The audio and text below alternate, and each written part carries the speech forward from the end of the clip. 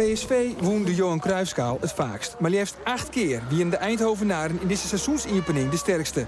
Voor zowel AZ als Heerenveen is het een primeur. Beide hebben de Johan Cruijffschaal nog niet eerder won. Nevens assistenttrainer Chris van Puijvelde zal de ploeg er alles ontwan om deze eerste prijs van het seizoen te pakken. Dat is heel eenvoudig. Als je met een jachtgeweer rondloopt en je moet die ene vogel hebben, maar je hebt de kans om er 4 te nemen, ja, dan heb je meer eten. Dus dan moet je dat proberen. Toch had zijn ploeg te krijgen met een soort blessures. Michael Dingsdag had een brutsen teen. En centrale verdediger Igor Djuric is vrijlet bij de selectiekamer en mist nog wedstrijdritme.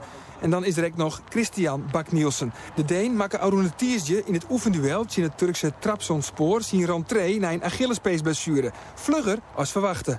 Ik had verwacht misschien 1 of 2 maanden voor ik kon hardlopen. Maar ja, deze is heel vroeg. Deze is goed. We alle gedachten jouw trainer Trond Soljet de vakkar aan Igor Djuric.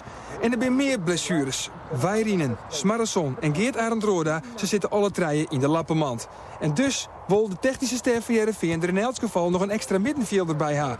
En dat Brian Ruiz naar FC Twente tagien is, wat Heerenveen op zoek naar een alternatief. En dat zou Rasmus Elm wollen wezen kunnen, het jongere broerke van Victor. Ja, dat wil ik heel graag.